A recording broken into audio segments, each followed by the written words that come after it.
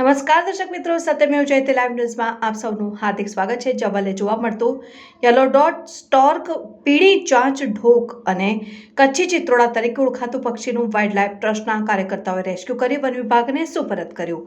વડોદરા શહેરના ગોરવા એલેમ્બિક સિટીમાં ખૂબ ઓછી પ્રજાતિવાળું અને જવલ્લે જોવા મળતું કચ્છી ચિત્રોડા બગલાની પ્રજાતિ ગણાતું પક્ષી છેલ્લા 3 દિવસથી ક્યાંકથી આવી ગયું હતું અને તેનાથી ઉડી શકાતું ન હતું।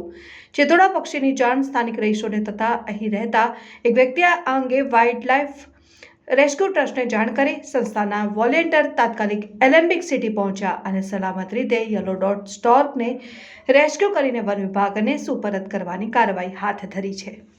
વાઇલ્ડલાઇફ રેસ્ક્યુ ટ્રસ્ટમાંથી કિરણકુમાર શર્મા અડધા કલાક પહેલા જયમીનભાઈ જે એકચ્યુઅલી એલેમ્બિક સિટી બાયલા નમીનની બાજુમાં આવેલી છે ત્યાં યલો ડોટેડ સ્ટોર્ક એક બર્ડ આવે છે, તો એ બહુ રેર સ્પીસીસ છે, એ બહુ ખૂબ ઓછી જોવા મળે છે। તો એ લગભગ છેલ્લા 3 દિવસથી નથી ઉડી શકતી।